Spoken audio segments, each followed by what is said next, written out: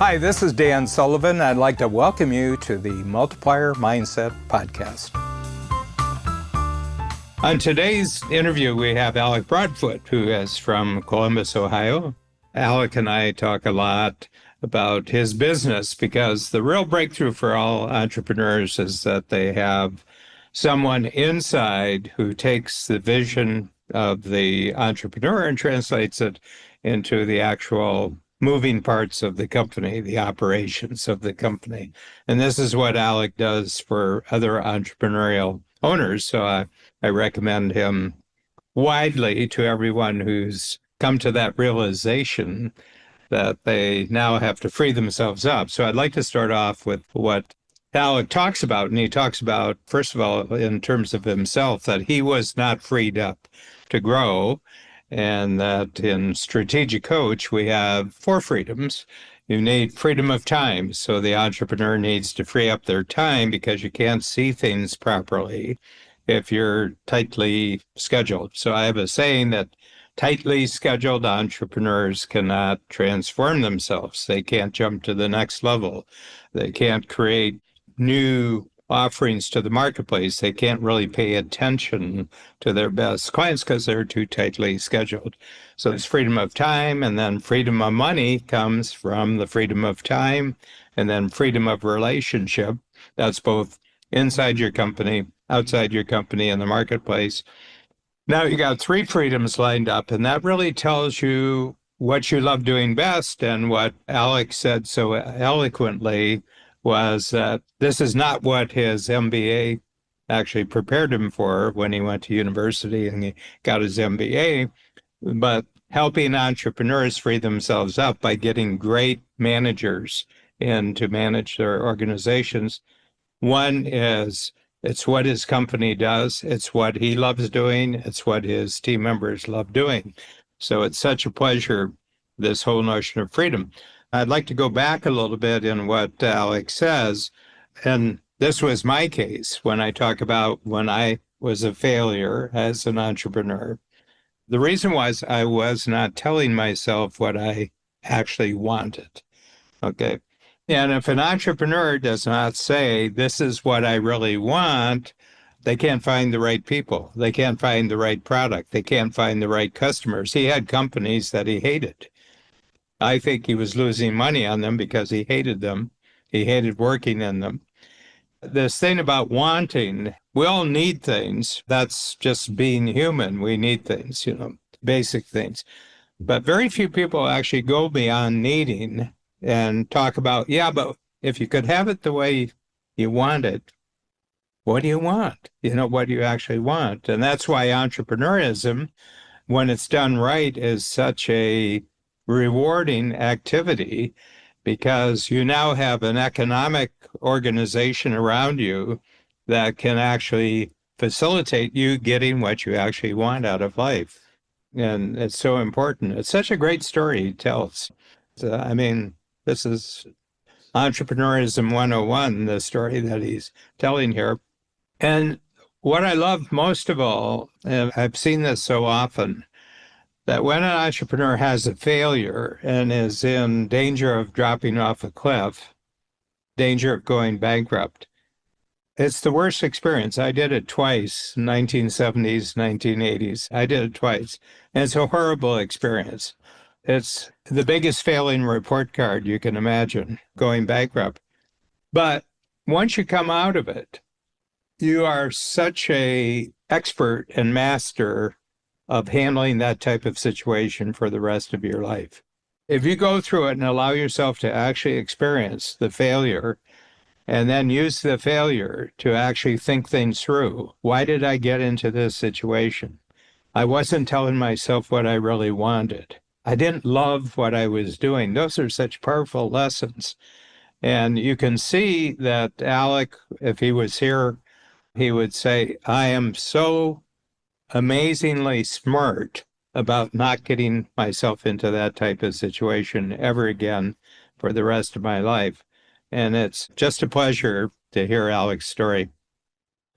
So my name is Alec Broadfoot.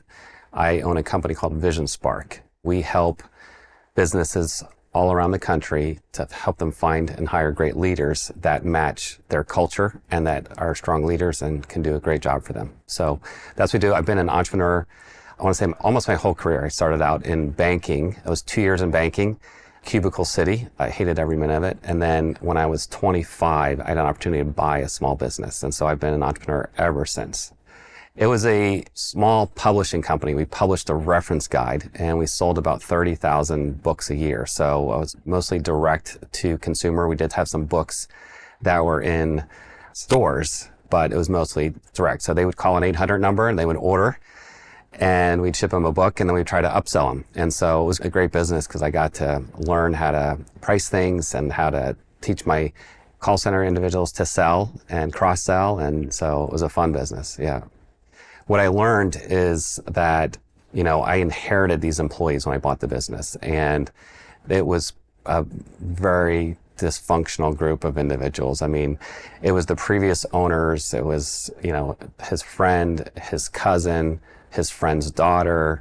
It was a bunch of misfits. And I came in because I was the new owner and they had no buy-in to who I was. And I start talking about, profit and KPIs and hitting numbers and start introducing accountability. And I was not welcomed, but that was a precursor to, what was next, which was another business where I actually learned how to hire better, which was a predecessor to me starting my company that I have now. So one of the things that I have found in terms of early on in hiring is that we tend to settle. So when it comes to hiring, we tend to settle, we compromise. We hire someone because we like them. They like us, I read in a book about hiring and it talked about a typical interview as a conversation between two liars. And so when we interview, typical interview, you're selling your business, right? And then the person trying to sell themselves. And then all of a sudden you get the job and you're like, that's not the person I interviewed. And they're like, this is not the company that I joined. And so the number one thing is don't compromise, right? And make sure you hire from a large pool of candidates. One of the biggest mistakes is hiring from a pool of one. And then definitely do some sort of assessment on that person or on multiple candidates and choose the best. And entrepreneurs are not great at hiring. We are people oriented. We tend to be more empathetic. We see the needs in the marketplace and we're really good at creating products and services to meet those needs. But that same strength is also our kryptonite when it comes to hiring because we're going to have empathy and sensitivity toward that person. And if you are that person, or like I was, you need data, like from an assessment tool, and you want some other people helping you make the right decision, objective decisions. And you want to shift your sensitivity on, is this the best person for the company, right? What's best for the business as opposed to what's best for this individual. Like, it'd be great. I'm going to be a hero. I'm going to hire them.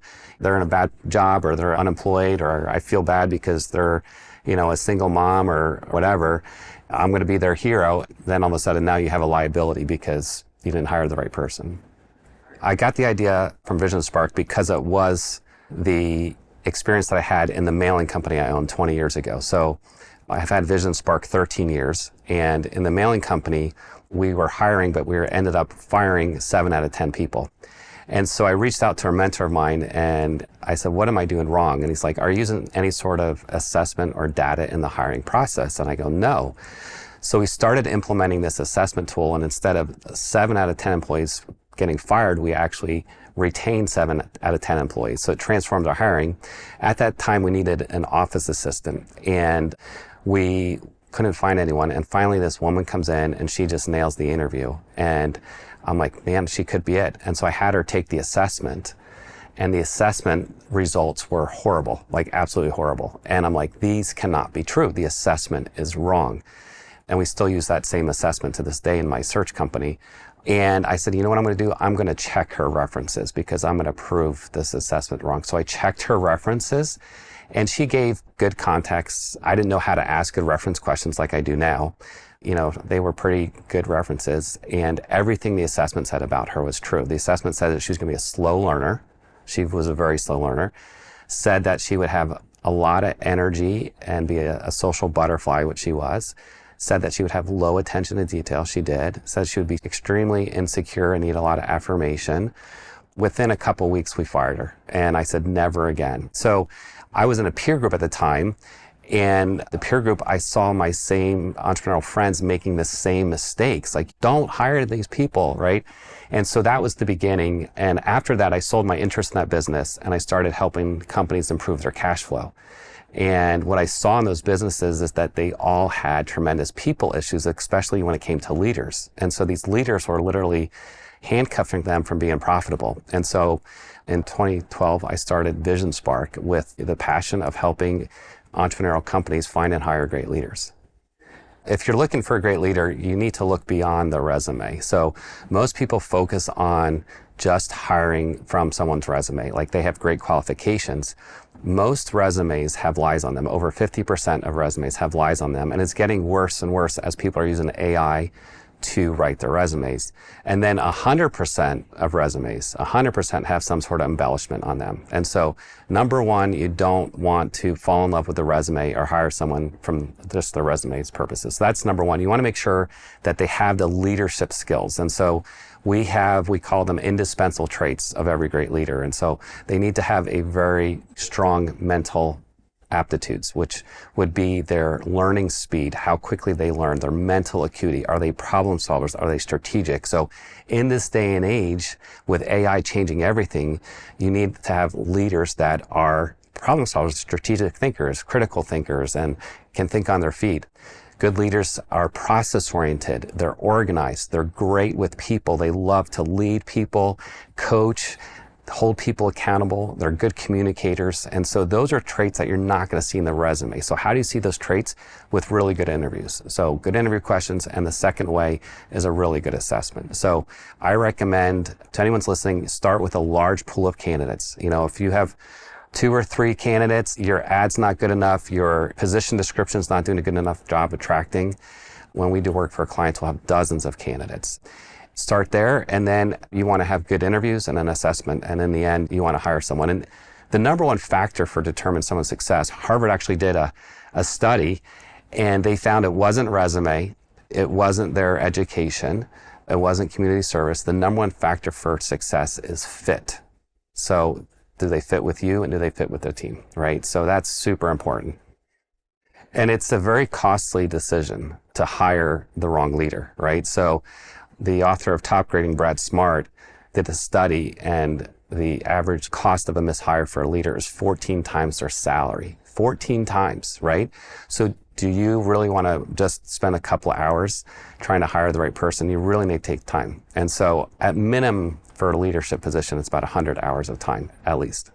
So as we're looking for leaders in our company, we really have to know the difference between leading and managing. And so if they're managing employees, you need to make sure that they're really good at coaching people, holding people accountable, that they have thick enough skin. Like a lot of entrepreneurs and a lot of, something that we measure in our assessment is someone's sensitivity level. So if they're too sensitive, they're not going to be good at managing people, right?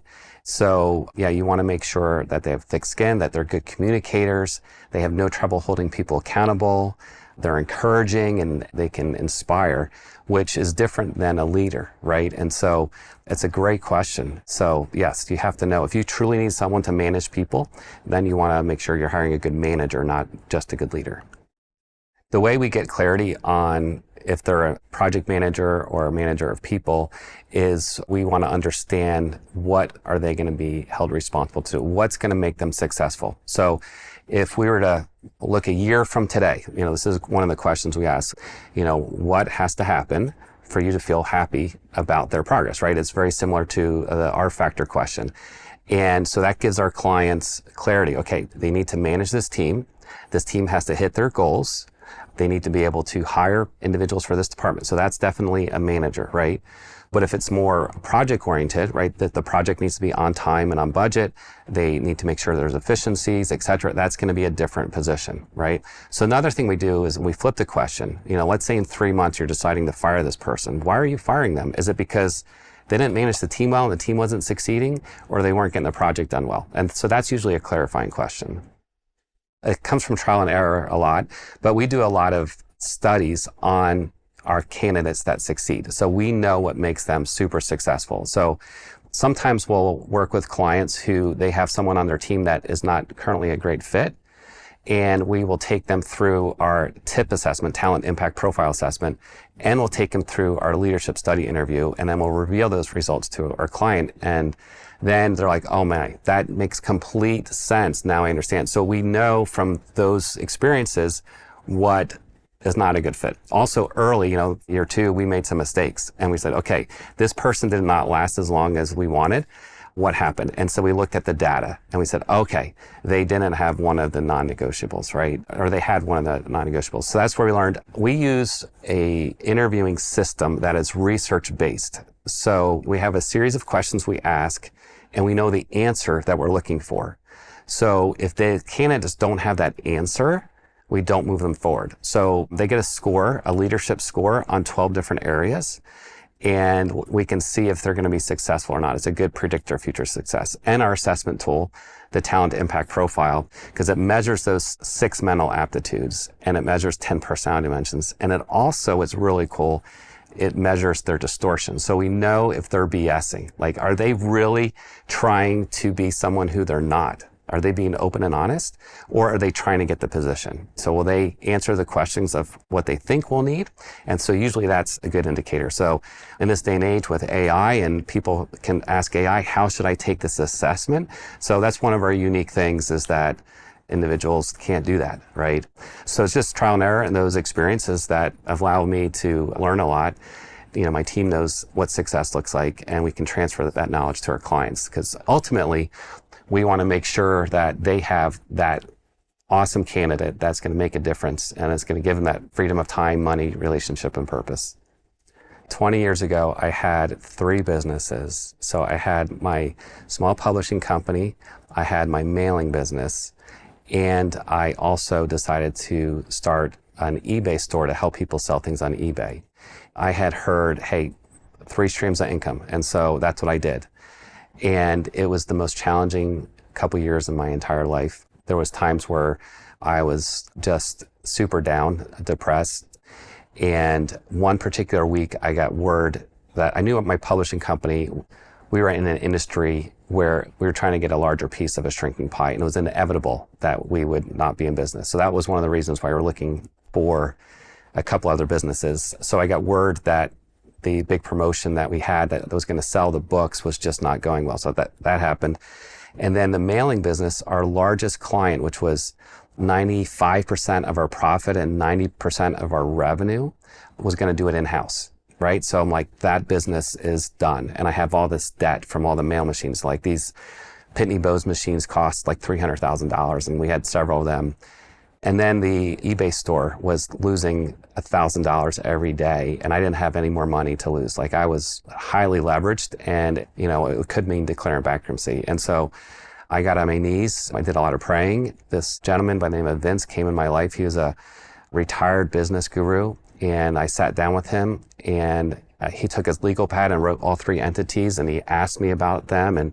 And so he said, which one, if you had to keep one, which one would you keep? And I said, the mailing business.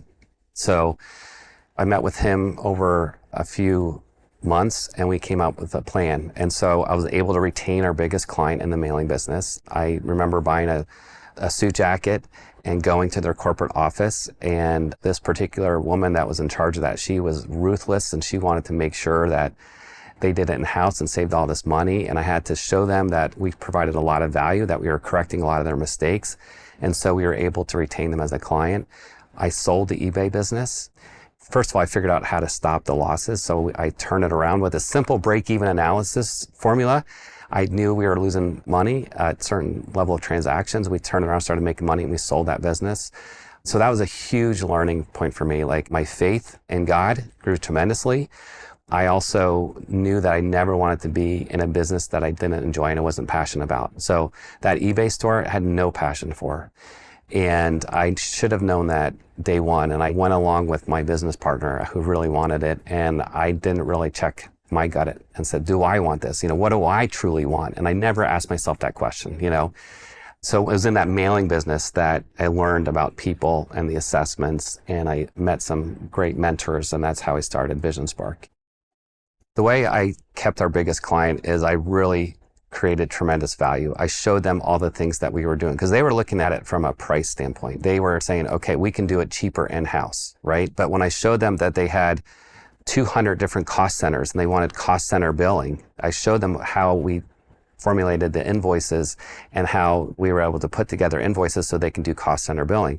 I also showed them that we were getting hundreds of pieces of mail from them that were incorrect and that we actually took time and changed that. Like, can you imagine receiving someone else's home equity check in the mail, right? So we found those mistakes and we changed them. We also showed them how our value in when we picked up the mail at 3 p.m., we had it in the post office at 8. I said, do you want this to get to your clients quickly and accurately? So it was just really making a case of value of everything that we were doing. The other piece of advice is don't have one business with 90% of your client. Make sure that you have a diversity of clients where you're not solely reliant on one client. So I joined Coach 7 years ago, and it's been transformational. There are so many things that I've learned and implemented in my business. One of the best things, I think it was day one of the workshop that we learned about what our unique abilities were. And I was told by advisors that I should be the one that was selling VisionSpark services. And I'm like, that's not my unique ability. And so the moment I hired my first salesperson was the moment we started to scale. And so that was huge. And I really owe Strategic Coach all the credit for that. And then the other major transformation is I really wanted a self-managing company. And what we do is we help clients find and hire great leaders. And many times they're the number two, they're the integrator, the COO. And I always thought that I was too small because all my clients were larger. And I had this self-limiting belief. And Strategic Coach communicates that, you have the 4 freedoms, freedom of time, money, relationship, and purpose. And those need to expand so you can become that self-managing company. And I recognized I needed my own number 2. And so 4 years ago, I hired John on my team, who's been phenomenal and helps run my company. And I can truly say I have a self-managing company. So that's been wonderful. Yeah. And just the idea of having new ideas and going 10x. And so, there's something exciting we're working on that I truly believe can be that 10x company that can take our unique ability of what we do, helping companies hire better, more to a mass market. And so we're really excited about this new venture we got going. So I started in Signature. I was in Signature for 3 years, and then I was in 10x for 3 years. And then the last year I've been in Free Zone. And so Strategic Coach, every time I come to coach, whether it's Chicago or Toronto, it's my favorite thing to do in the quarter. It's time where I can actually work on myself and work on my business and be with other entrepreneurs. We're unique and that there's not that many of us around. And when you're with other entrepreneurs, you get to talk to them and you learn a new tool, and it's a game-changing tool, and you get to share that with other entrepreneurs and you hear them. So that is why I come to coach. I just absolutely love it. The materials are meant for entrepreneurs. And so I have an MBA. I did that prior to becoming an entrepreneur, but that was teaching you how to be a successful corporate executive. And so I always had this pride as an entrepreneur. Well, I have an MBA, but truly, I realized that you could not be a successful entrepreneur with just an MBA. You really needed to learn the tools that you learn in Strategic Coach. And so just from managing your time, learning the time system, to unique ability, to hiring great people, all of those are game changers. And not only has my business grown tremendously from joining Coach, I think we're 4 times the size that we were when I joined Coach, but also I have so much more free time and I get to spend the time doing what I want to do. The Free Zone's been a great experience. The individuals in Free Zone are very successful, entrepreneurial individuals. They don't worry about competition. And it's just been a great group of individuals who are very much for you. Like they want to see you succeed and they cheer on success. There's some collaborations that happen, different exchanges. And, Dan facilitates the Free Zone workshop. So just seeing his genius and hearing his genius has been instrumental. So yeah, it's been a good experience. If you had asked me after I graduated college, you're going to be happy having an executive search firm for entrepreneurial companies, I'd be like, what are you talking about? Like I majored in international business and minored in French, but this is truly my passion, that I love helping businesses find and hire great leaders, and those businesses have someone that can help them increase their 4 freedoms. Then also we find these candidates that they've been looking for this dream job of working for this entrepreneurial company, and we made a difference in their life. And so it's what gets us excited. My team at VisionSpark, we just share our wins every Monday morning. What are your wins? Positive focus. And we share these stories, and it's wonderful that we're making a difference and making these companies more successful. So a new project we're working on is something called the People Plan. Most entrepreneurs know that they want a bigger future, and some of them have like a 3-year goal where they want to be at the end of 3 years or 5 years, but they don't know how to get there. So what we do, because we're not just an executive search firm, we have consulting and we have different assessments and tools. What we do is we talk to the entrepreneur and we ask them, what their goals are, what their dreams are. And then we analyze their team and we look at their current team and see if they have the right people in the right seats. And then what are some key people decisions they need to make? Do they need to move someone? Maybe they need to move Joanne from this position to this position. Or maybe, Bob is not the right fit and maybe Bob needs to let go.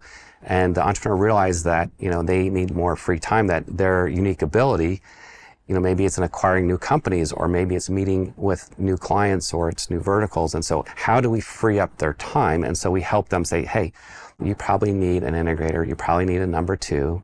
And then you may not want just a virtual assistant. You may want an in-person assistant because they are game changers. And so we help them hire those positions. And so instead of us saying, hey, here's your fee, we charge a flat fee for a search, which is very unique. This is a 3-year partnership. We work with that client over 3 years to help them achieve their goals. So 100% of our clients have signed up after going through the workshop, and they're like, where was this? I've been looking for someone like you my whole life because I've had this dream, and I know people are the major issue, and you've uncovered that. You've helped give me clarity on the key people decisions. So we're super excited about this. And, a strategic coach talks about your next largest check, right? So this is our next largest check. Yeah. So VisionSpark Search is our website. I have a book called Hiring the Right Number 2 Leader. A lot of our clients need that number 2. They need that integrator. So I wrote a book to really help them with that. And then, of course, they can connect with me on LinkedIn. So that's how they can learn about me.